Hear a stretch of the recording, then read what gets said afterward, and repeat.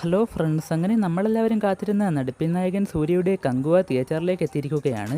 സിനിമയ്ക്ക് പ്രതീക്ഷിച്ചതിലും ഓപ്പോസിറ്റ് ആയിട്ടുള്ള അഭിപ്രായങ്ങളാണ് ഫസ്റ്റ് ഷോ കഴിഞ്ഞപ്പോൾ മുതൽ ഫാൻസ് ഉൾപ്പെടെയുള്ള ഓഡിയൻസിൽ നിന്ന് ലഭിച്ചുകൊണ്ടിരിക്കുന്നത്. വാച്ചബിൾ ആവറേജ് രീതിയിലുള്ളതും അതുപോലെ ദുരന്ത സിനിമ ബിലോ ആവറേജ് എന്നും റിപ്പോർട്ടുകൾ വരുന്നുണ്ട്. തമിഴ്നാട്ടിൽ 9 മണിക്കാണ് ഫസ്റ്റ് ഷോ ആരംഭിക്കുക.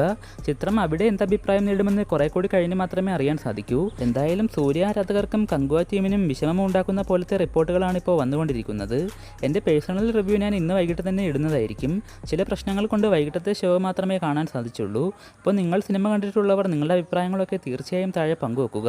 350 കോടിയോളം ബഡ്ജറ്റിൽ വന്ന സിനിമയുടെ ഫൈനൽ പ്രീസെയിൽ കളക്ഷനൊക്കെ പുറത്തു വന്നിട്ടുണ്ട്.